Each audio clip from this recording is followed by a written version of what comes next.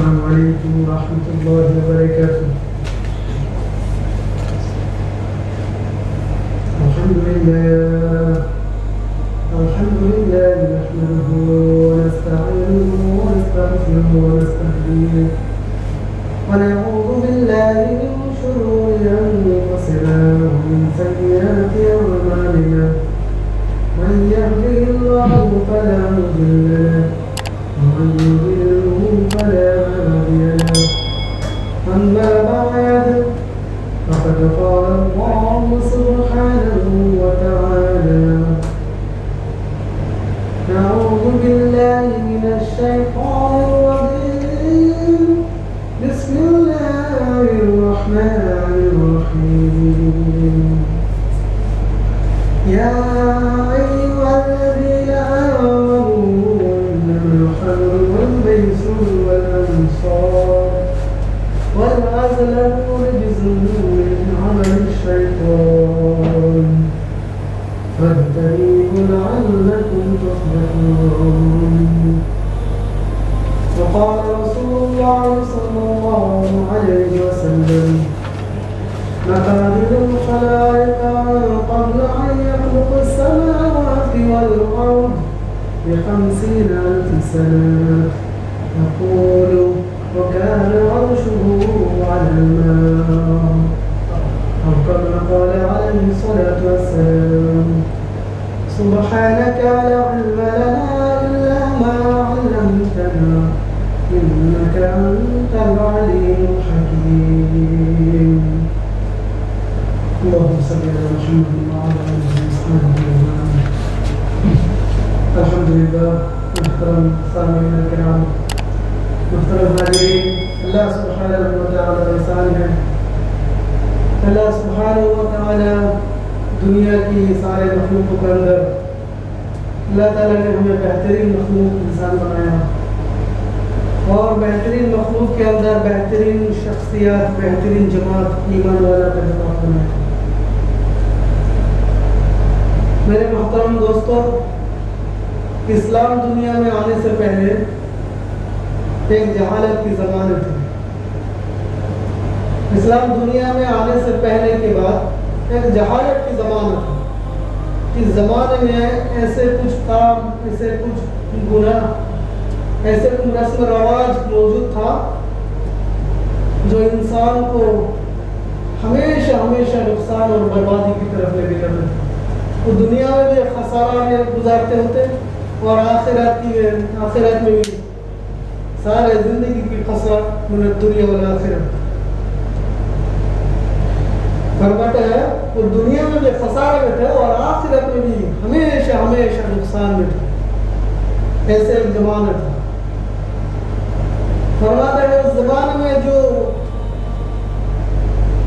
جہالت کے کام ہوتے تھے اس میں سے ایک کام یہ ہے کہ انسان اپنی مال، اپنی فیملی، اپنی بال و اولاد کے اوپر دعویٰ لگاتے تھے، اپنی تقدیر کی خلاف دعویٰ لگاتے تھے، شرط لگاتے تھے. ابن کثیر رحمہ اللہ تعالی سورۃ المائدہ کی 90 اور 91 نمبر آیات میں فرماتے ہیں، ابن عباس رضی اللہ تعالیٰ عنہ کی روایت سے، کہ اس زمانے میں ایسے کام ہوتے تھے. مثال کے طور پر 4 بندہ مل کے کوئی سامان خریدو، سامان کے اوپر لٹانے لگاتے تھے، دوا لگاتے تھے، تیر مارتے تھے. تیر بھیجنے کے بعد پہلے جس نمبر آئے گا ان کو ایک حصہ ملے گا. اس میں سے یعنی 7 آدمی نے خرید کیا، اس میں سے 3 آدمی کو ملے گا اور 4 آدمی کو کچھ نہیں ملے گا. یعنی 4 میں کچھ نہیں لکھا تھا اور 3 میں کچھ تھوڑا بہت حصہ لکھا ہوتے تھے، اور ایک آدمی کو بہت زیادہ ملتے تھے. یعنی کہ 7 آدمی نے اس میں پیسہ لگایا تو ملا 3 آدمی کو اور 4 آدمی کو نقصان ہوا. اس کو آج کے زمانے میں لٹری کہتے ہیں. آج کے زمانے میں اس کو جوا کہا، لٹری کہا، جو بھی ہے اس کو یہ نام دیا گیا، بس مختلف شکل بنا دیا. تو اللہ کے رسول صلی اللہ علیہ وسلم کے پاس شکایت لے کے آتے تھے لوگوں نے کہ اللہ کے رسول، ہمارے معاشرے میں ایسے ایسے کام ہوتے ہیں اور اس دوا میں کیا چیز لگا دیتے ہیں. بہت افسوس کی بات ہے آج کے زمانے میں موجود ہے, لیکن مسلم ملک میں موجود ہے یہ بیماری. انہوں نے پہلے مال لگاتے تھے, ہار جاتے تھے, پھر گھر لگاتے تھے, ہار جاتے تھے, پھر بیوی بچہ لگاتے تھے. اتنی جہالت تھا کہ اپنے بیوی بچہ کو جوا کی دوا میں لگا دیتے تھے. جو جیت جاتے تھے وہ بیوی بچہ کو اٹھا دیتے تھے. کوئی شرط نہیں ہے, شرط کیا دوا میں ہار جائے گا تو اس کو بیوی بچہ تمہاری نیولاد ہو جائے گا. آج میں بھی بہت موجود ہے کہ جہالت کی کام آج بھی ہوتے ہیں, لیکن بس شکل کو تبدیل کر دیا گیا. فرماتا ہے اس زمانے میں یہ سب سے بڑی جہالت کی کام تھا. انسان کی دماغ اتنا گرا ہوا تھا کہ وہ ان کے سامنے حق اور صحیح اور غلط کی فرق نہیں سمجھتا تھا. انہوں نے اپنے بیوی بچوں کو دوا لگا دیتا تھا. سمجھو کتنی نافرمان اور کتنی گندگی پھیلنے کے بعد دماغ میں یہ چیز آتا ہے کہ اپنے بیوی بچوں کو دوا لگانا, اپنے گھر بڑی اپنے جائیداد سب دوا لگا کے بھکاری بن جاتے تھے. اور اسی کی وجہ سے ایک قوم دوسری قوم کے خلاف سالوں کروڑوں صدیوں تک جنگ ہوتے تھے, جنگ میں اتارتے تھے اور یہ جنگ صدیوں تک گزارتے تھے.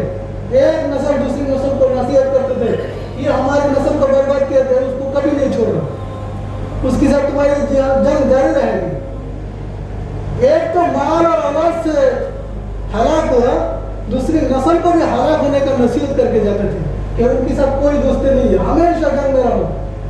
یعنی جنگ میں ہلاکت کی راستہ دکھا کے جاتے تھے کہ اس جنگ میں جیتو یا مرو, لیکن جنگ چھوڑنا نہیں. یہ تھا جہالت کی زمانے کی دور. تو صحابہ کرام آتے تھے اور کچھ انسان مسلمان ہو جاتے تھے پھر بھی ایسے کام کرتے تھے. تو دوسرے صحابہ کرام کا فرماتے یا رسول اللہ انہوں نے ایمان لایا ہے لیکن پھر بھی انہوں نے یہی کام جہالت کے کام میں شرکت کرنے والے ہیں, وہ بھی یہی کام کرتے ہیں. تو ان کے بارے میں کیا خیال ہے آپ لوگ, اسلام کیا کہتے ہیں اس کے بارے میں, جس سے اسلام اس کے بارے میں کیا کہتے ہیں, ان کی نسل ہلاک ہو جا رہا ہے, برباد ہو جا رہا ہے, بیوی بچوں کو دوا لگا رہے ہیں, مال دولت سب دوا لگا رہے ہیں. اس کے بارے میں اسلام کے کیا بولے, کیا حکم ہے. تو اللہ تعالیٰ نے سورۃ المائدہ کی 90 اور 91 نمبر آیت اتارا.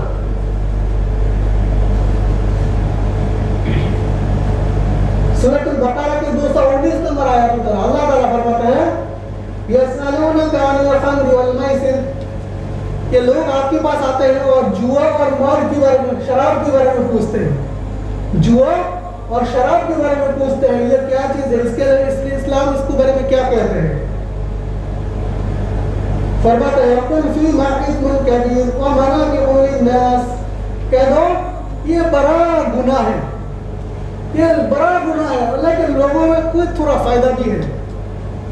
شراب پینے میں تھوڑا فائدہ ہوتے تھے, آج کے زمانے میں شراب نہیں, جیسا ایسا نہیں ہے. اس زمانے میں شراب میں فائدہ بھی ہوتے تھے, لیکن کہتا ہے اثم کبیر, اللہ تعالیٰ فرماتے ہیں بڑا گناہ کی ایک گناہ ہے. ومنافع للناس, لیکن تھوڑا بہت فائدہ بھی ہے. فرماتا ہے ومنافع للناس وإثمهما أكبر من منافعها, فرماتا ہے جو فائدہ ہے یہ بہت قلیل ہے, تھوڑا ہے, لیکن نقصان بہت بڑا ہے. اور اسلام کی ایک صورت ہے جب انسان کو تھوڑا بھی نقصان پہنچتا ہے جن چیزوں سے, ان چیزوں کو اسلام نے منع کر دیا, ان چیزوں کو اسلام نے حرام قرار دیا ہے. شراب پینا اس میں تھوڑا فائدہ ہوتے تھے, لیکن اس میں خرابی زیادہ ہوتے تھے. ایک شراب پی کے دنگا کرتے تھے, ایک دوسرے کے خلاف مارتے تھے, کرتے تھے, اپنے گوشت کھو بیٹھتے تھے. دوسرا ہوتے تھے شراب پی کے آدمی سب سے بڑا غلطی کام کرتے تھے اور ان کو ذہن خراب ہوتے تھے. اس لیے اللہ تعالیٰ فرماتا ہے لا تقربوا الصلاة وانتم سکارى, اے میرے نبی اب کہہ دیجیے کہ جب تم شرابی کی حالت میں رہو, نشے کی حالت میں, تو نماز کی قریب بھی نہیں آنا, نماز کی قریب بھی نہیں آنا. آپ کے زمانے میں کوئی حکم ہے جو حکم پہلے زمانے میں تھے.